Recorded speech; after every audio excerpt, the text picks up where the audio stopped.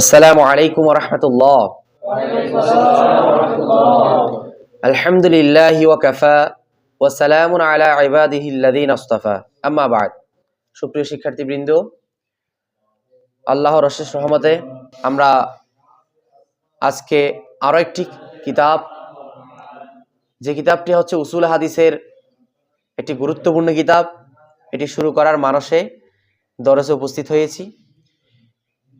যদি আল্লাহ তাআলা চান, আমরা এই কিতাবটি ধারাবাহিকভাবে একদম শুরু থেকে শেষ পর্যন্ত দরসের মধ্যে কি করব, শেষ করব। কথা না বাড়িয়ে আমরা মূল কথায় চলে যাব। দেখেন, এই মুকাদ্দামা, আজকে যে কিতাবটি শুরু করতে যাচ্ছি, এই কিতাবের নাম হচ্ছে মুকাদ্দামাতুল মিশকাত।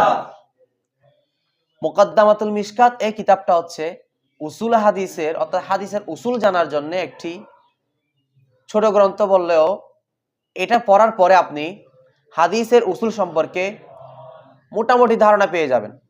আমরা যদি এটা ভালো করে পড়ি, অন্যান্য উসুল হাদিসের কিতাবগুলো আরো ভালো করে বুঝতে পারবো, সহজেই বুঝতে পারবো। এটার পরে মিজানুল আখবার আছে, তাইসিরুল মুস্তালাহিল হাদিস আছে, এভাবে আরো অনেক কিতাব আছে, আল ওয়াসিত ফি উলুমিল হাদিস, নুখবাতুল ফিকির, আর অনেক উসুল হাদিসের কিতাব আছে। তবে সব কিছু শুরুতে কোনটা পড়া উত্তম? তো প্রত্যেকটা কিতাব শুরু করার ক্ষেত্রে যে কাজটা করতে হয় সেটা আপনারা জানেন, যে ওই কিতাবের লেখককে বা ওই কিতাবের মুসান্নিফ রাহমাতুল্লাহ আলাইহি সম্পর্কে জানতে হবে। তো এই মুকাদ্দামাতুল মিশকাত কিতাবের লেখক সম্পর্কে যদি আমি বলতে চাই, প্রথমে আসেন, এই মুকাদ্দামাতুল মিশকাতের লেখকের মূল নাম হচ্ছে আব্দুল হক। মূল নাম কি রে? আব্দুল হক। পিতার নাম হচ্ছে সাইফুদ্দিন রাহমাতুল্লাহ আলাইহি। পিতার নাম কি রে? সাইফুদ্দিন রাহমাতুল্লাহ আলাইহি। তাহলে এই কিতাবের লেখকের মূল নাম কি? আব্দুল হক। পিতার নাম কি? সাইফুদ্দিন রাহমাতুল্লাহ আলাইহি। আর এই কিতাবের লেখকের উপনাম, লেখকের কি উপনাম? কুনিয়াত, উপনাম হচ্ছে আবুল মাজদ। আবুল কি? আবুল মাজদ। উনি হানাফি মাযহাবের অনুসারী ছিলেন। কোন মাযহাবের? হানাফি মাযহাবের। উনি অনেক নামে প্রসিদ্ধ ছিলেন।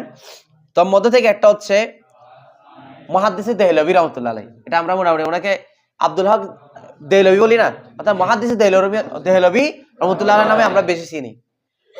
ঠিক আছে? উনি জন্মগ্রহণ করেছেন হিন্দুস্তানের দিল্লিতে। হিন্দুস্তানের দিল্লি শহরে মুহররম মাসের 958 হিজরি, আবার আরেকটা মত আছে 959 হিজরি। 958 হিজরি, আবার আরেকটা মত 959 হিজরি, আর 1551 খ্রিস্টাব্দে। এটা হচ্ছে হিজরি, আর খ্রিস্টাব্দ হচ্ছে কত? 1551। উনি এতই মেধাবী ছিলেন যে মাত্র 1 বছরের মধ্যেই পবিত্র কোরআন শরীফ হিফজ করে ফেলেছিলেন।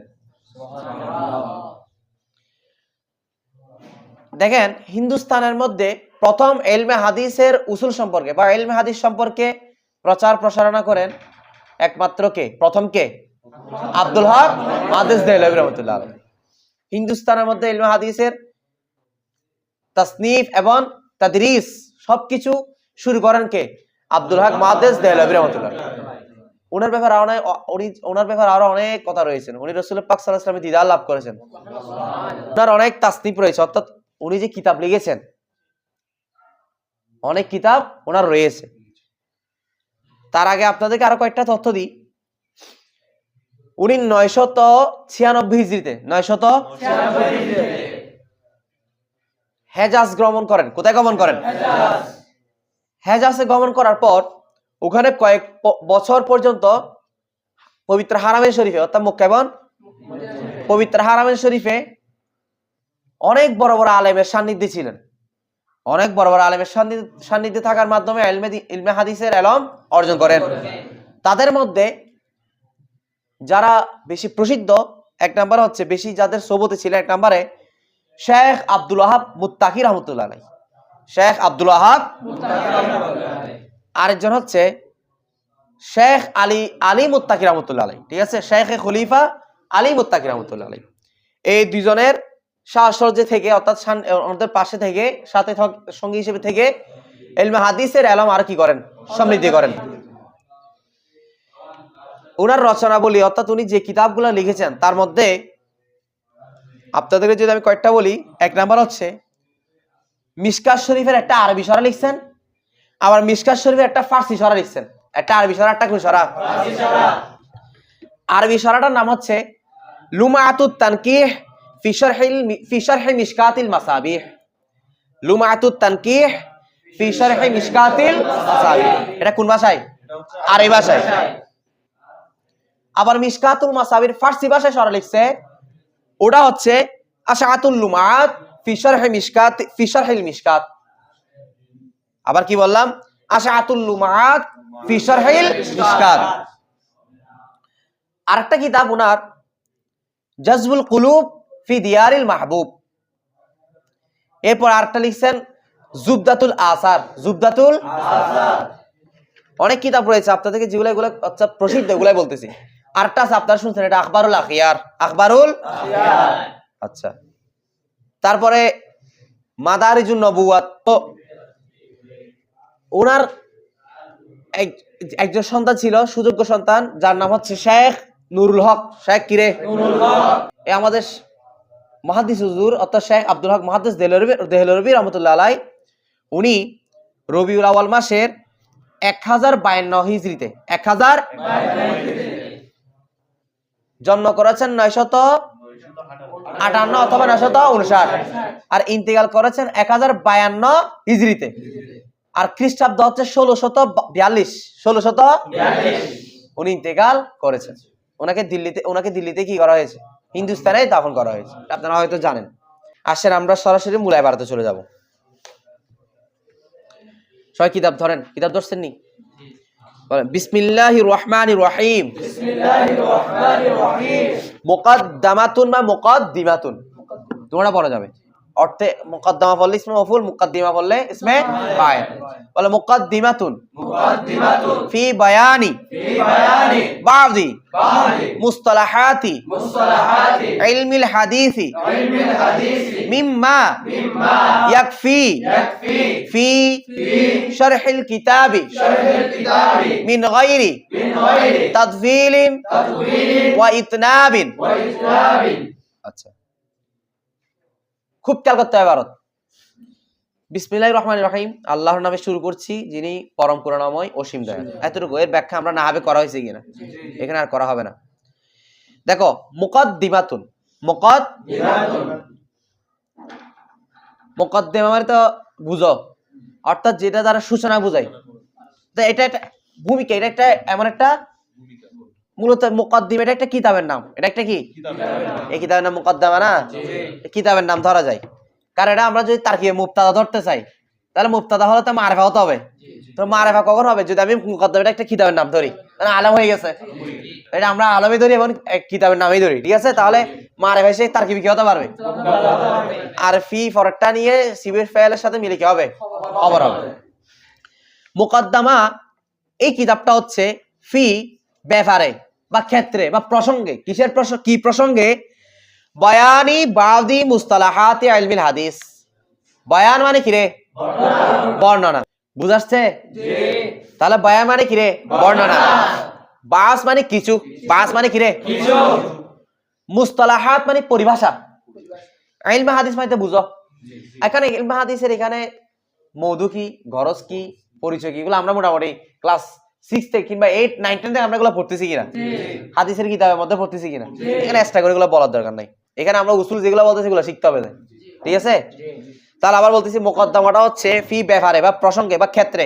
কিসের ক্ষেত্রে বা কিসের কি প্রসঙ্গে? বয়ানি বাদি মুস্তালাহাতি ইলমিল হাদিস। মুযাফ পিছন থেকে অর্থ নিব। ইলমে হাদিসের মুস্তালাহাত মানে কি বলছি? পরিভাষা। ইলমে হাদিসের কেমন পরিভাষা? কিছু। বাস মানে কি? কিছু।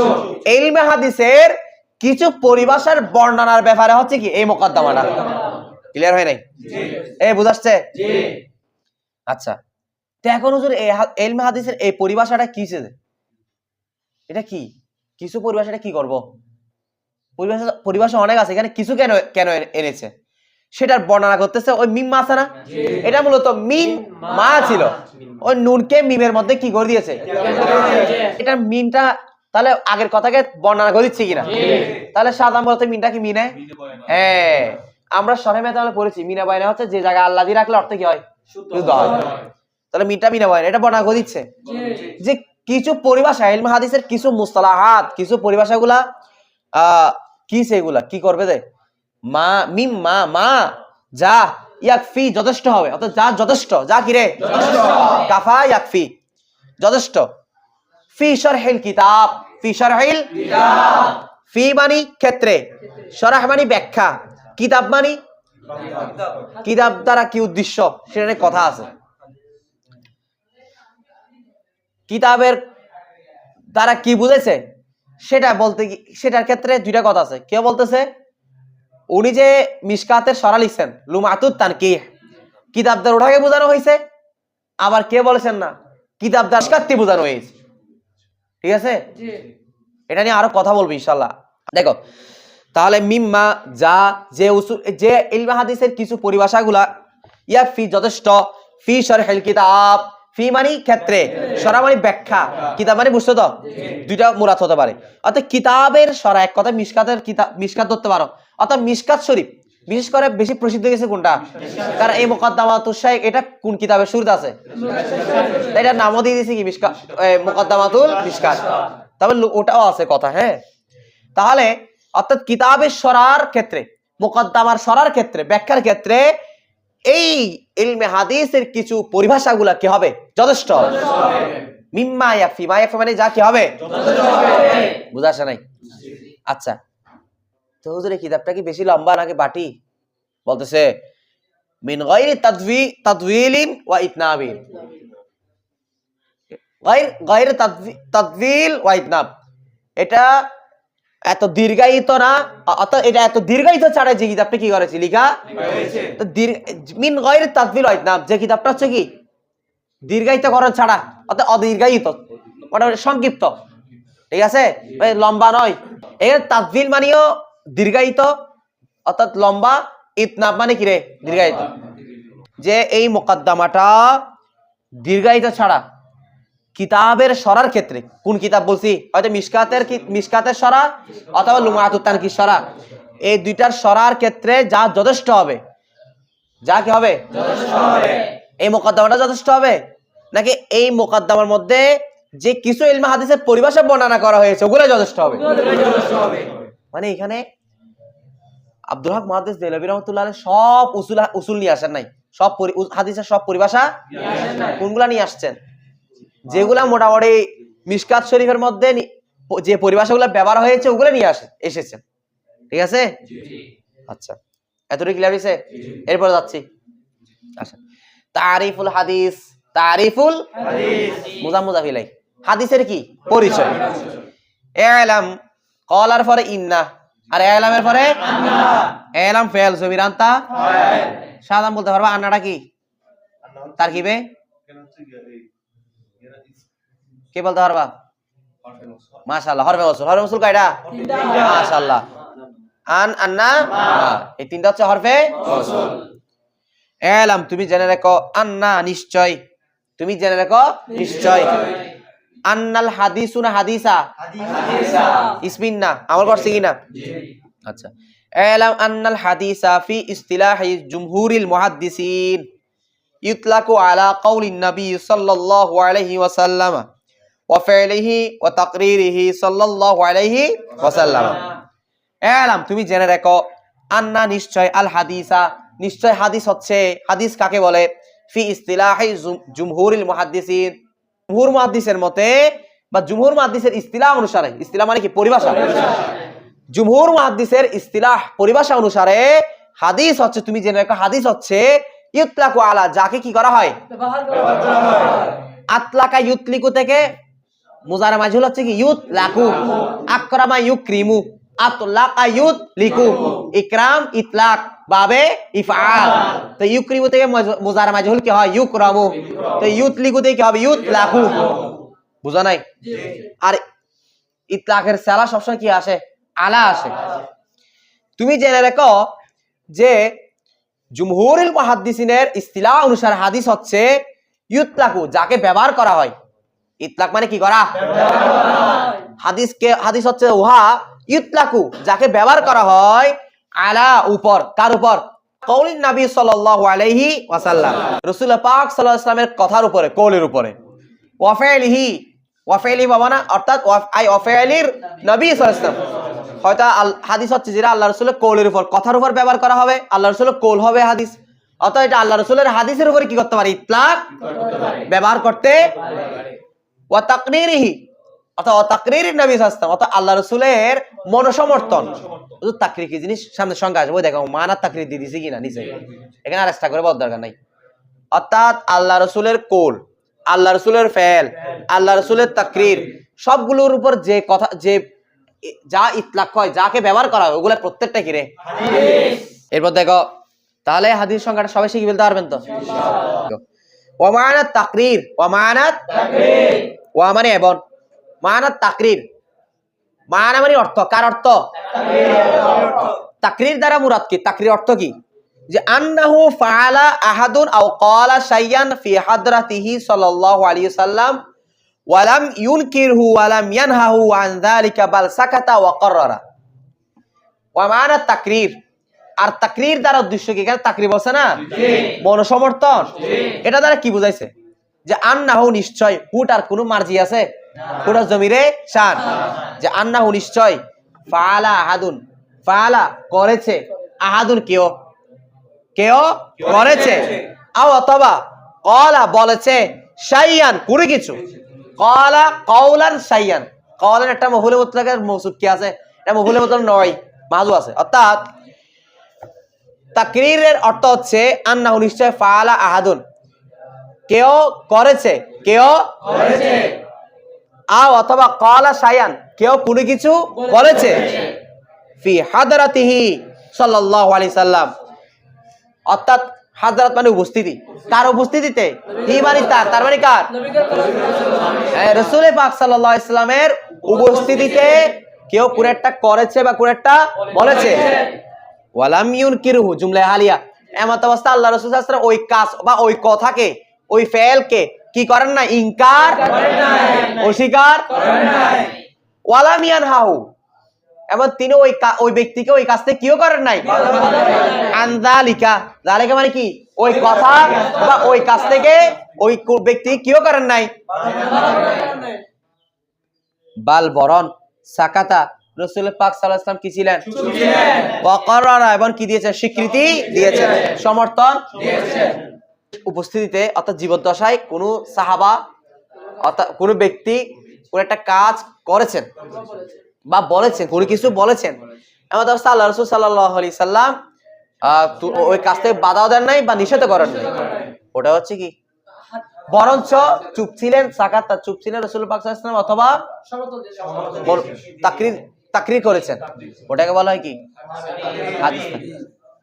তাহলে হাদিস, কওলে রাসূল, ফেলে রাসূল, হাদিস, তাকরীর রাসূল, সবগুলাই কি হাদিস। ওয়া কাযালিকা ইউতলাকু আলা। আচ্ছা, এখান থেকে আমরা আগামীকাল পড়ি, ঠিক আছে? এত সব বুঝাচ্ছে, কালকে আরো কিছু প্রশ্ন উত্তর দিয়ে আমরা সামনে যাব ইনশাআল্লাহ। আজকের ক্লাস এতটুকু থাক। আসসালামু আলাইকুম ওয়া রাহমাতুল্লাহ।